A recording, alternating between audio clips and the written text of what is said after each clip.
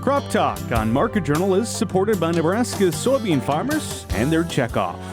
Up next, soybean gall midge adult emergence has been observed in several Nebraska counties. Management of this pest has been quite challenging in previous years, as we've shared with you here on Market Journal. Bill Dodd recently caught up with a man in the know when it comes to soybean gall midge. That is Nebraska Extension entomologist Justin McMechan, to find out what producers should know at this point here in the 2024 growing season. Orange larvae on this one too. Okay, great. Soybean gall midge has been a persistent problem over the last several years for soybean producers in eastern Nebraska, and this year will be no exception. By June 5th, soybean gall midge larvae were found on early planted soybeans at the University of Nebraska's Insect Field Laboratory near Mead. That's pretty normal to see them at this point in the year, and I guess for growers that are looking at making management tactics or trying something, they've done that within the first 10 days of emergence. Most people that are not making management decisions on it want to be scouting and looking for it at the moment. The easiest way to do that is go to the first two rows of those soybeans, push that canopy aside so you can look at the base of those stems, look for dark discolorations on the stems. We have some soybeans that are kind of purple in color and they have purple flowers, so that tends to kind of look like soybean gall midge when you first see those, but it should be a lot darker than, almost black. You suspect, pull them up, kind of peel back that tissue, and underneath that you might find some white or even orange larvae. We typically find those orange larvae within about 10 to 12 days after first adult emergence. We're not looking at doing anything in the field at this point, but it's good to know they're there, what their abundance is. Typically we start seeing around 20 or more per plant. We'll start seeing dead plants shortly after that. Most places where we're finding pretty infrequent number of plants infested. White larvae, a few orange larvae showing up. All of it kind of matches the timeline of when we started to see adults in the field.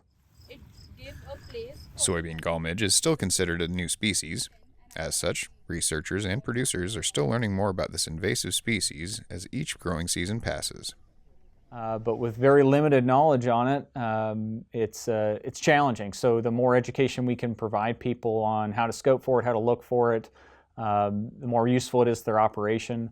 The other thing about soybean gall midge is it's a pretty devastating pest if it has the right conditions, and we don't necessarily know all those right conditions, so that leaves growers a little on edge. We've had a pretty wet spring, and from the last 4 or 5 years of research, they tend to like wet springs, so that may improve adult survival, and they may cause more losses in soybean fields like we saw in 19 and 20.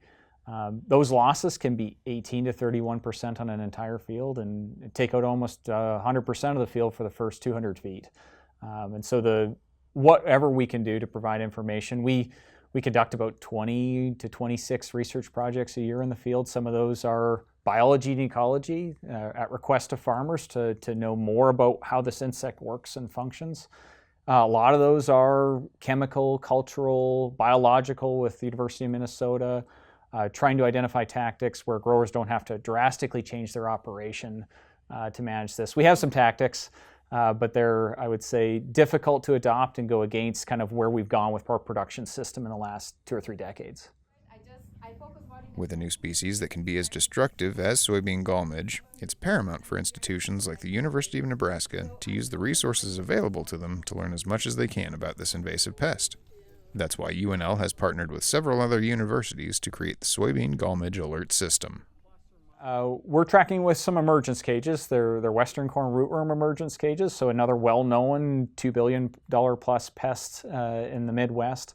Those cages work great on soybean gall midge. We put them in last year's soybean field, so growers that saw issues the previous year, we put cages on top of those infested plants that they overwinter in that soil. And then we check every day in the field, starting in about mid-May all the way through until we at least get first emergence at all of our sites. All that information is fed into soybeangallmidge.org, which is a multi-state group. So it's us in Nebraska, including the Northeast with Nikki Lur. We have Iowa, Minnesota, and South Dakota.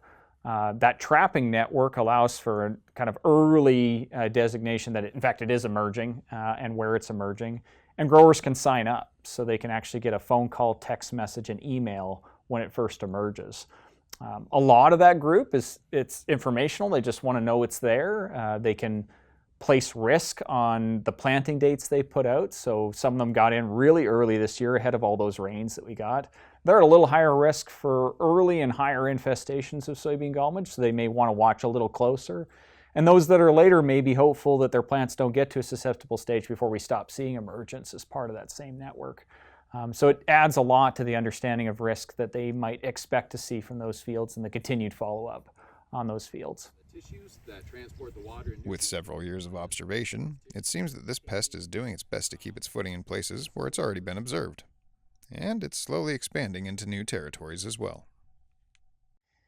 Has it expanded or gained? Yeah, I'd say in some areas that were new to infestations that we found over time got considerably worse. And so its profile and geographic representation has changed over the years. And areas like around Lincoln, Nebraska here, Lancaster, Cass, Odo, Saunders, have been tough. It's been tough for those farmers since the start, and it's still tough now. And so it's been interesting to watch its change, and we're connecting that to some management practices. Some are adjustable, others are not. And then environmental conditions and rotations and things that might be more conducive for it. And that might limit it in places like in Nebraska going west. We found it all the way out to Custer County, which for those that know soybeans, there's not a lot of soybeans out in Custer County, but those corn-soybean rotations out there that are maintained over time, it seems to get established in those areas.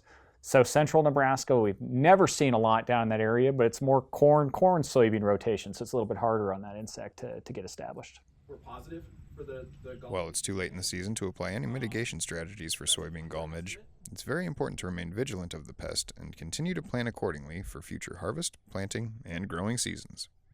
Reporting for Market Journal, I'm Bill Todd.